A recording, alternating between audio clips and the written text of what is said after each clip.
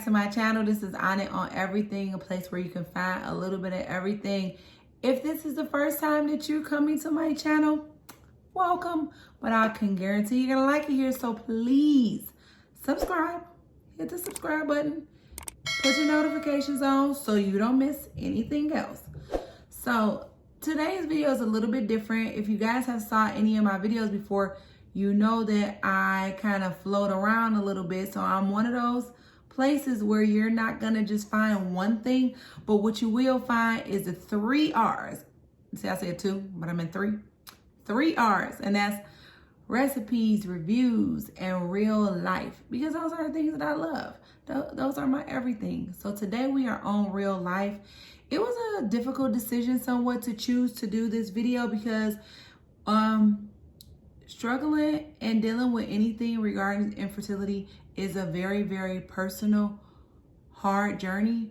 But I felt like with my background and the fact that in my head, Desi and Steven are my friends, because I have been following Desi for years, because one of the things that On It On Everything was on was makeup. I was a makeup artist for 15 years. So I just love Desi and Katie. But once I saw what she and Steven were going through, it completely shifted me. And then I went into my real job mode. So my normal profession and training is I'm a registered nurse. I work in reproductive health and infertility service, women's health. I work with OBGYN patients and anything and everything from the waist below. So I just felt like when I watched the video, I thought to myself, maybe it might be helpful to be like, you know, a translator for some things that are said in the video, and just be, you know, a person to help explain things and dissect and help you guys digest it. So, you know, comment, let me know what you think. If you guys want me to continue to do this, if you guys feel like this really sucks and that I shouldn't even be commenting on their business, just let me know. But we're gonna get into this video right now.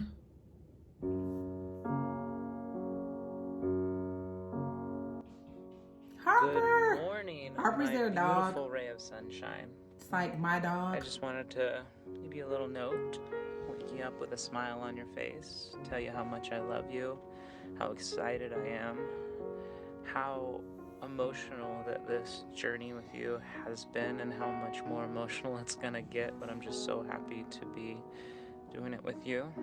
I literally love them so much. They are like one of my together favorite couples ever. Many little Like new if you ones, don't follow including Desi and puppies Steven, babies. like And I you're love you. missing out. Oh, and chickens. I mean, if you're into that and type pigs, of thing. and a whole farm. And our kids picking up the chicken eggs and cleaning up the chicken coop. Okay, bye. –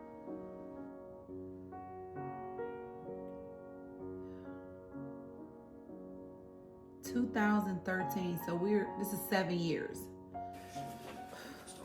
I didn't even give you your card. Damn it. It's right there.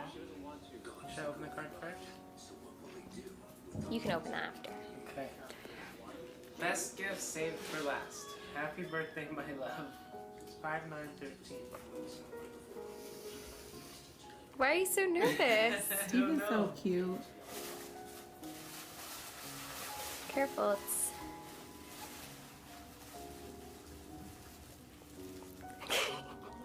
Best feeling ever. Are you serious? Like, how amazing of a gift is that? We gonna have a baby? Yeah. He's crying. I'm sorry. Oh my god! Yes! Oh god, baby, I love you so much.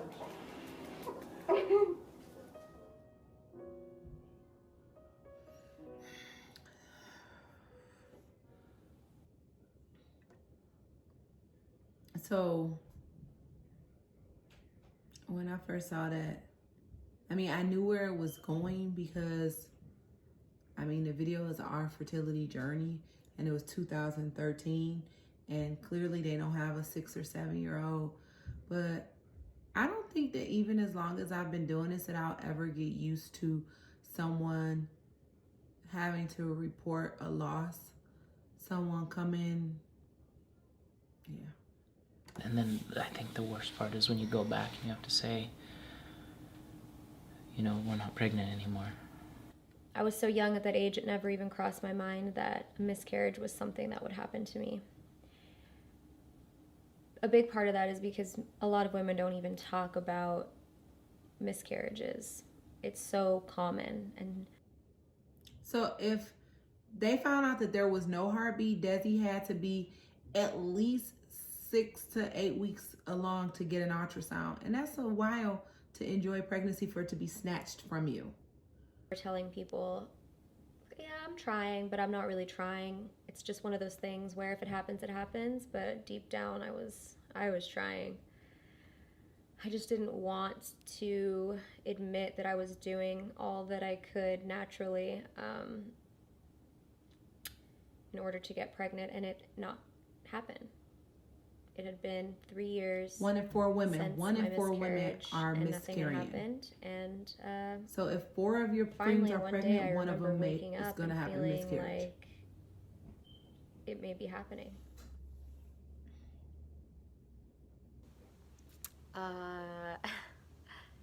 It's kind of awkward starting this video, but you know, right now I'm not really I hear talking that to all anyone the else time about from my this, so patients. I thought I would just video it and talk to you guys about it. I think it's going on 4 years now that Steven and I had a miscarriage, and it was, you know, obviously it was difficult, and we really wanted to have kids like 4 years ago, which is crazy to believe because my life has changed so much since then. But we just, nothing's really happened for us. Okay. So when she first found out she was pregnant, 2013, and then she suffered a loss 6 weeks later from that. Fast forward 4 years, and this is where she's picking up, which I cannot even tell you that nobody in the world, not even myself, not even with what I do for a living, can understand what it must feel like to suffer the loss and then not be able to get pregnant again, and almost 4 years has passed. Something I talk about a lot because it's just, it's a hard thing to talk about, you know, but like it's been like a lot of years, and I don't know, the fact that like I haven't gotten pregnant kind of scares me because I'm like, oh my god, what if I can't get pregnant or something, you know? I think everybody fears that sometimes, like, well, I'm not sure if everybody fears that, but I definitely do. I'm holding this in, so it's like I can only disappoint myself at this point, you know? But I'm really nervous right now. There's such a huge stigma attached to talking about infertility. I was ashamed to talk about it for a long time. I bottled up my feelings about the situation. I didn't even want to talk to Steven about it because I just felt like talking about it would make it worse or make it real.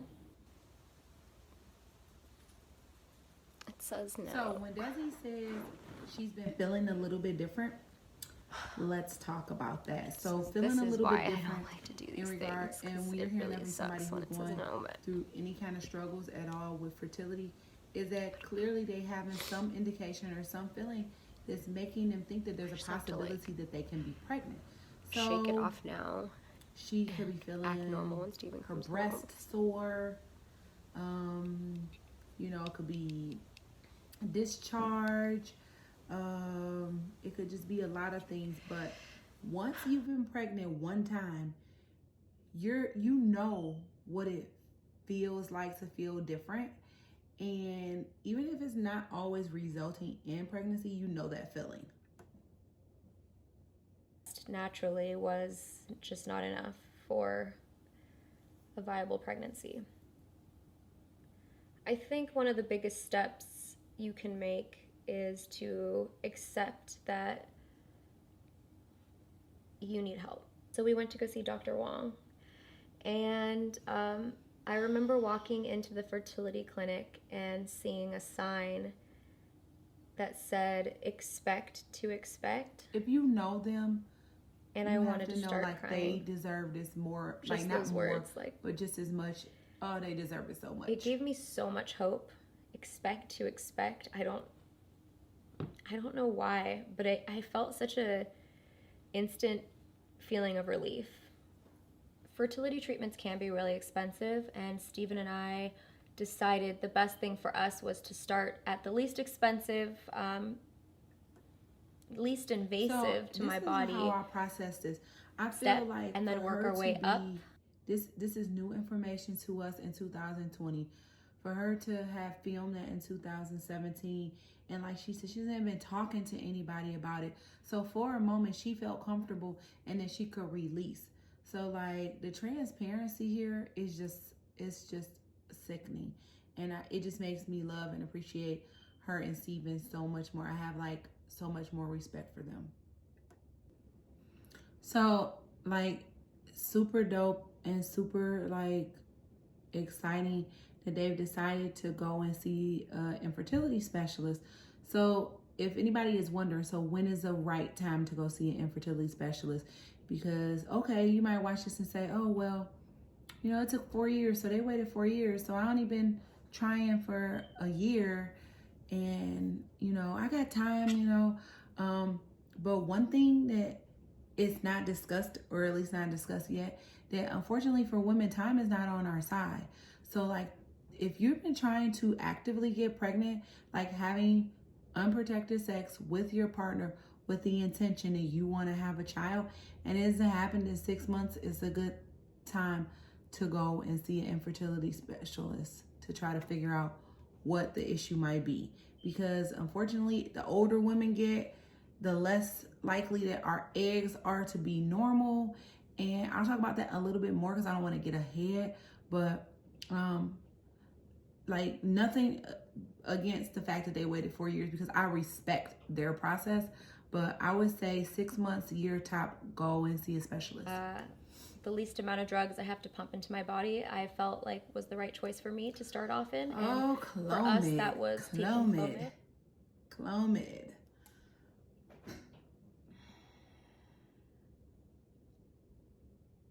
Clomid's not fun, at least not for my patients. It's not. Lot of side effects, hot flashes, mood swings, blurred vision, just to name a few. But in the end, all you can do is that it help you ovulate. Add an IUI on top of that. An IUI is basically when they take Stephen's semen and they put it in what I like to call a little turkey baster, and they just help the semen get to where it needs to go. IUI, intrauterine insemination. Yeah, what she said. Take some sperm, spice it up a little bit in the lab, clean it up a little bit in the lab, and then it's introduced into the uterus with a very small catheter, and that's usually performed by the doctor or nurse in office. It's not an OR procedure.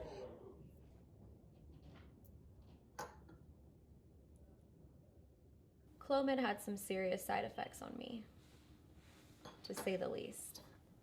It took me a while to realize that Clomid was actually making me fully depressed. It's very common to have these side effects to Clomid. Clomid does, the side effects, while they are not fun, they're like still at least harmful. It's still like a good choice and a good way to start. So you have to think about this, like when Desi said that she and Steven decided to do Clomid because it was like the least expensive and the least invasive to her body. Whenever you walk into an infertility clinic, you're gonna get like two kind of doctors, which is what I think. You're gonna get doctors that tell you like every single thing that you can do, and then tell you that you can start here and grow here. And then you're gonna get doctors to say, you need to do IVF. So it's like, do you wanna take the street or do you wanna take the freeway? I think it's perfectly reasonable to take the street and explore like options that are way less expensive, way less invasive to your body. She's just taking some pills. Like, that's it. She takes pills for like 5 days and sees where that go, versus spending, and that can be like super cheap, if not free, versus trying IVF, which you're gonna be spending like at least $20,000-$30,000. We just arrived at the doctor's office. One of two things can happen today. One, they'll check to see if I'm ovulating, and I might be ovulating on my own. Perhaps. And they'll turkey baste me. Two, I'm gonna explain I won't this, be ovulating, though. which I think that's gonna be the answer, because my body just doesn't want to ovulate, and they're gonna shoot me up with something It'll force you. that forces my body to ovulate. And then we gotta come back. Then I have to come back. HCG, tomorrow again. human chorionic gonadotropin. So they've gotten to the doctor's office and they're getting ready to find out what they're going to do next. So one thing that you missed, because they cannot possibly document all of their journey, so I'm trying to give you a condensed version, is that Desi started taking that Clomid probably on the 3rd day of her period. She took it for 5 days. She is now around cycle day 12, being the day that is the 12th day from when she first started her period. So she's mid-cycle now. They're gonna do an ultrasound, do some blood work to see how her body and her ovaries responded to the medication. And then they're gonna do some blood work to see the evidence that her body responded to the medication, and if she is indeed ovulating right now, or if she's indeed having what's called an LH surge. LH is the luteinizing hormone, and it does a few things. So let's see what they say. So wait, she said that depending on what they say, they may do her IUI today, which is if you go back where they inseminate, when they take the sperm and put it inside the uterus. I don't want to introduce my vagina to a new person today. I don't want to do that. Oh yeah. I'm upset that my doctor's on vacation right now. Oh my god, yeah, my stomach is cramping. I don't know why. Oh. Nerves. Let's see what the doctor has to say. Schedule you guys for first IUI tomorrow and an ultrasound, and most likely a second IUI on Wednesday. This makes them so human. Like, this is real life. Like, that's what I said. Part of what I want to talk about is real life. This is real. Like, how can you not feel nervous? Like, someone's getting ready to shove a probe up your vagina, move around, and it's uncomfortable. Take a look at ovaries, poke and prod at you. Like, of course, it's like super uncomfortable. Luckily, she has a great nurse that's right there rubbing and holding her hand. We got a positive ovulation. She's ovulating. This is good, because for the longest time I thought, am I just not an ovulator? No trigger shot needed. And Still so I helps didn't to need the take trigger it. shot. The trigger shot is what would have forced me to ovulate. But we did learn something new. We did learn some new stuff. There's so much I'm learning about my body that I don't even know. Like, it's crazy. But so Wonder what basically brow tomorrow pencil I she have to come uses. back for the IUI. IUI basically means turkey baste. Like a nice grayish brown, brownish We're gray. gonna take Steven's swimmers, and they're gonna just where they need to go. But what I learned new about my body today, and also just makes me like not, I don't want to say I'm not super hopeful, because I'm trying to be hopeful that this works, but apparently you could ovulate, but some people don't ovulate enough for a viable pregnancy. So your levels could be a lot lower than somebody with higher levels of ovulation, whatever. So I come back next Monday, and they're gonna check my blood to see if I'm ovulating, if my levels of ovulation are high for a pregnancy. And if they're not, then they have to up my dosage of Clomid. Okay. Desi was explaining to us what's going to happen next week, which is the week after her insemination, that the doctor wants to bring her back to do some blood work to see if she indeed did ovulate. Yes, that's true. The blood work is a blood test called progesterone. So, well, it's not called progesterone, but they're testing for her level of progesterone in her blood. depending on their scale of what they deem to be ovulatory, meaning that she did ovulate, based upon that number, we know if she ovulated or not. There's a minimum number to say, yes, you ovulated, but there's not like a number that says like you ovulated better than she ovulated because your number's higher. Like if you release an egg and you ovulated, we all ovulated, and that's kind of all we care about. So, and I have to say that because like people will compare their progesterone level to what somebody else's progesterone level was at the same time, and as long as the progesterone level is deemed ovulatory, meaning that it shows that you did ovulate, that's all that really matters. Okay. Poor Desi. So like when you listening and reading between the lines, like, so her doctor wasn't available today, so probably one of his partners came in and did her procedure, did the IUI. At our office, the nurses actually do the IUI. I actually do the IUI. But I mean, once again, this extreme personal experience that you have to already go in a doctor's office, lay out in front of everyone what your quote unquote inadequacy might be. And now she's got to go and let another doctor fill around and open her up down there. So my prayers is for my girl. Tell her, you know, everything that happened in the appointment. And I told her I was ovulating, and she's like, well, you guys have time to kill right now in between your meetings, right? And I was like, is she telling me to have sex in my car right now?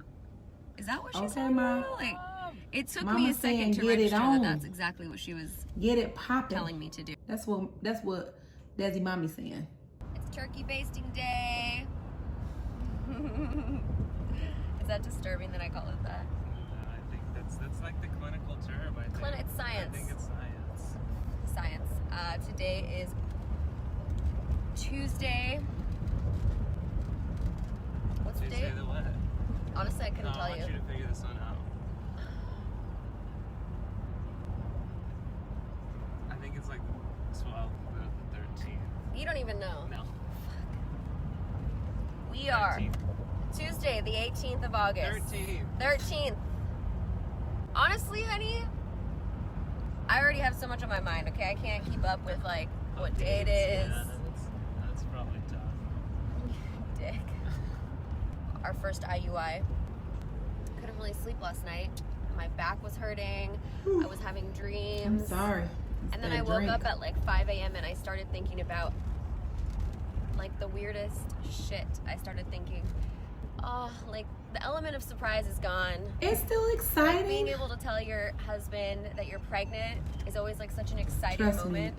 It'll still be exciting. exciting. Surprise him and be like, we're pregnant. And he's like, oh my God, what? But I'm not going to have that.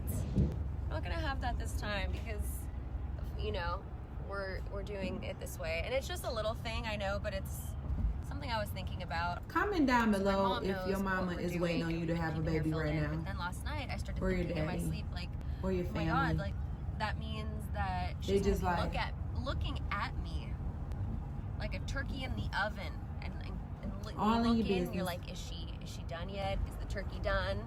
Like, I feel like that's how it feels when people are waiting for you to get pregnant. I'll take you out later. Oh, I gotta go back. I missed something. Hold on. Want to go to the movies? Disneyland? The movies? It's all I get? Mother of your Gotta child. listen closely. Just another movie night? Jeez, I thought you were gonna wine and dine me at least. Alright, we'll change it up. Movie night. Nothing big here. And here's your ovary on the other side, nothing big there. So you have ovulated, so timing's perfect. Okay. Give me an AFC of like 7 on her right. Give me the same on her left, and give me a CL on the left. Okay, so what I think I heard the doctor say is that they didn't see any large follicles on ultrasound today. So what that would lead me to believe is that Desi had more than one mid-cycle monitoring. Mid-cycle monitoring is when they come and see how your body responded to the medication. So she probably went in one day and wasn't ready. So they brought her back again. And now because they don't see large follicles, it's the appropriate time to do the insemination, because the follicles probably released and they got smaller and released the egg, which means that she is ovulating, and it's the day that they need to do the procedure, which is why it got done. I also heard him say that he had an AFC of 7 on her on one side, on both sides. That's an antifollicle count, and an antifollicle count is measured at the beginning of the cycle by ultrasound. They go and check to see how many small follicles they see in the beginning of the cycle, because that's going to give them an indication of how many eggs they hope to release and how many follicles they're going to see mid-cycle. So an antifollicle count of 7 on each side, that's pretty good. It's 14, and you can only hope that there are eggs in each one of those, and the more that they get mature and released, the higher the probability of pregnancy. So I mean, we don't want them all to release and for her to get pregnant with all 7 on each side, because then she'd have twins or sextuplets or whatever. On August 13th. Oh man, that was emotional and uncomfortable. After our IUI, I just felt so much hope. It's funny because part of you wants to feel this excitement, this hope that, oh my gosh, like, this is it. And then you pull back inside because you're scared that this is gonna be a huge disappointment. And sometimes I feel like I don't wanna let myself get too excited, because the more excited I let myself get, the more let down I get. And so it's this balancing game of what will be, and oh my God, I really want this, and just a constant battle in my head all the time. I did it. Steven's like, are you crying because it was painful or emotional? I'm like, I don't even know. Tears were just like, I think it's emotional, but it's a good emotion. It was pretty uncomfortable, I'm not gonna lie. Like, get really bad cramps, but we'll see 2 weeks from now. So, cramping during the insemination. Why is it painful? Don't be afraid, ladies, of an insemination. It's not that bad, even though I never had one, so maybe I shouldn't really be saying that. But I've performed hundreds of them, and basically the cramping comes from the fact that your uterus is very, very irritable. It does not like things to be inside of it, touching it. When that happens, it clenches up and it causes some cramping. So when they did the insemination, they introduced that catheter. They put that catheter high up into the top of the uterus at what's called the fundus. And if that catheter touches, that's what happened. The uterus down like that. Now, what is that? And it caused some cramping. But it usually releases very shortly. And then, you know, it's fine. Right? That's what she said. Take the home pregnancy test. 2 weeks from now. It's crazy to think in 2 weeks. I hate that that I know what day. She was like, 2 weeks. on this day, take a pregnancy test. I feel like I'm just gonna be sitting here like. Thankfully, Steven and I had a trip to Italy. So we're about to get on a flight right now, but coming in before our flight for a little blood work. Really?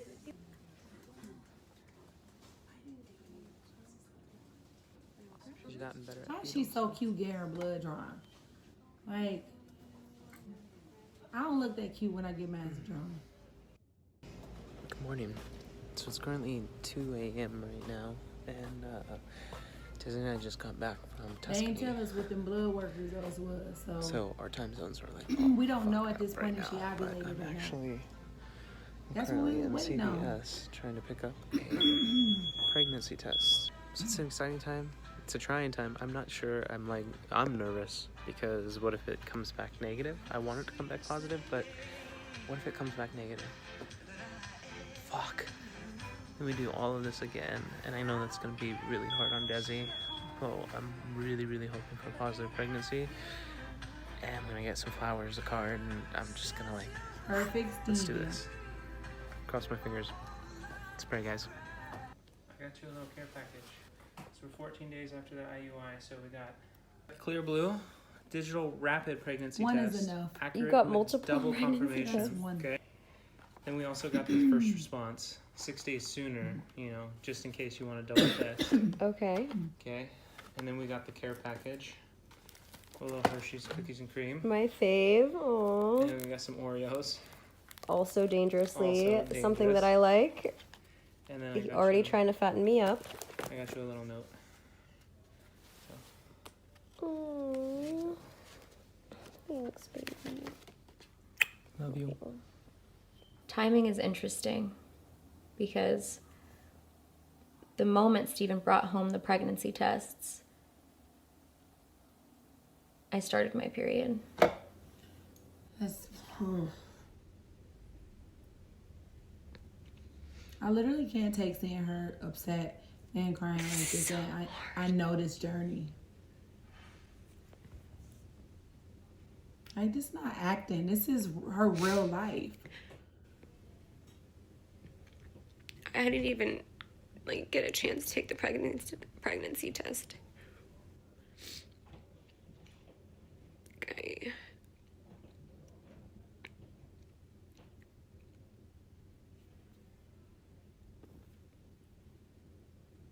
I was sitting in my bed and then I just felt it, my period, and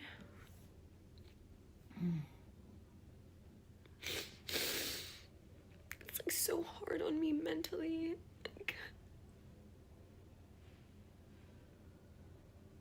And physically. Physically, this is Stressful. it's just hard.